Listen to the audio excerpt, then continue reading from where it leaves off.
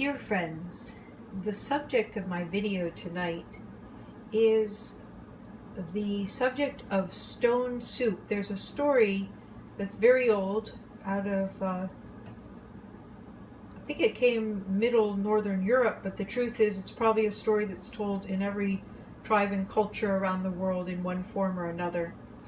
And this story is when friends bring you fresh produce and a variety of things.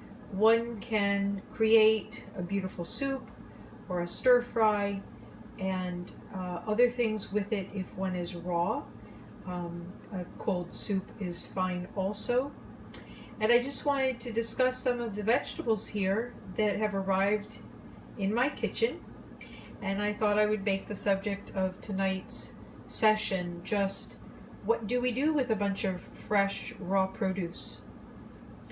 On the left you see this long wonderful little bit of greenery is left on the end, but truthfully that comes with a much bigger head of greenery.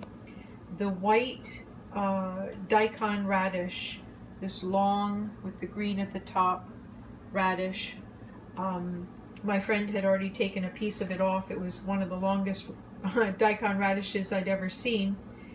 This lovely deep root is full of water, full of vitality, very strengthening and helpful for several medicinal purposes as well, and a lovely taste in a fresh juice.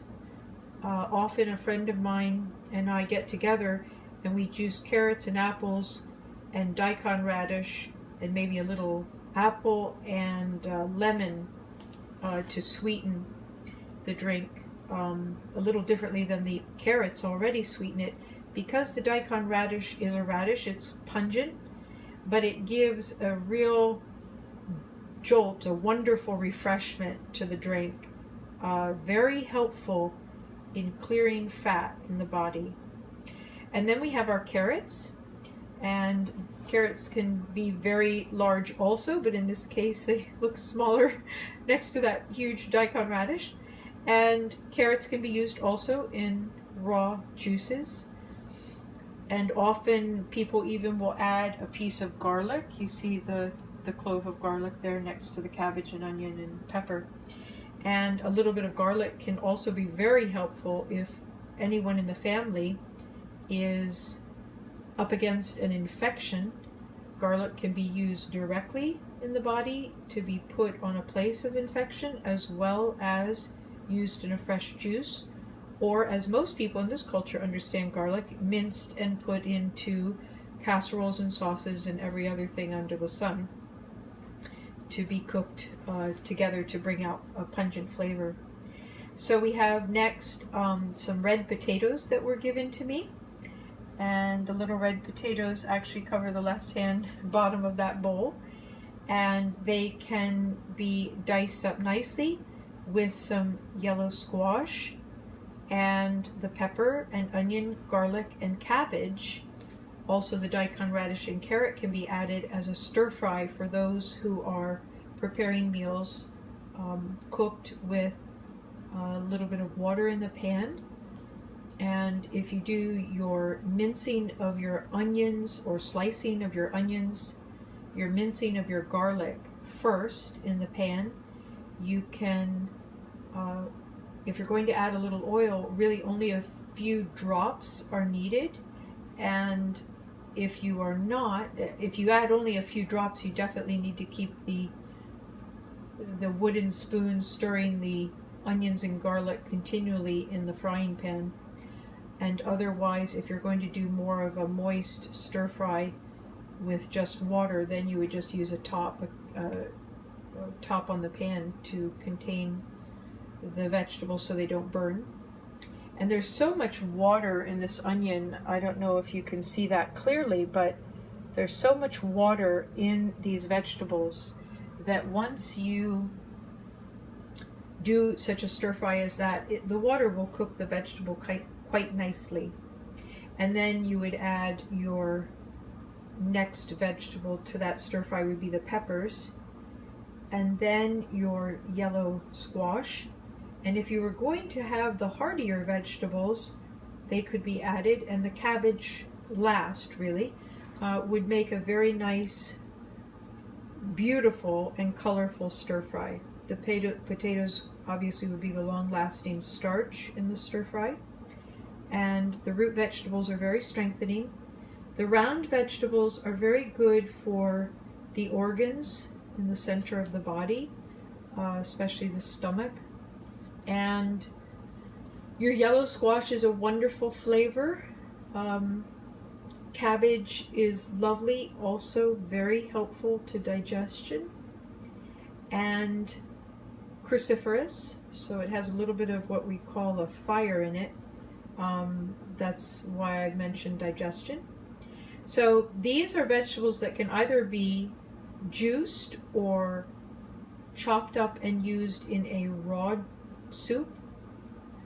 All of these vegetables can be put in shredded amounts in a blender and made into a raw soup, and then you could choose the vegetables that you might want to put with this as a staple into the soup as something to be able to chew. This would be the liquid portion of the soup, and you would have quite a pungent, wonderful, delightful soup. Some people add a nut butter, as tahini is. It's actually a seed butter, to a soup with a base like this, and cucumbers. So you could make a fresh summer cucumber soup with these vegetables, adding all kinds of flavors and also a little sweetness and pungence.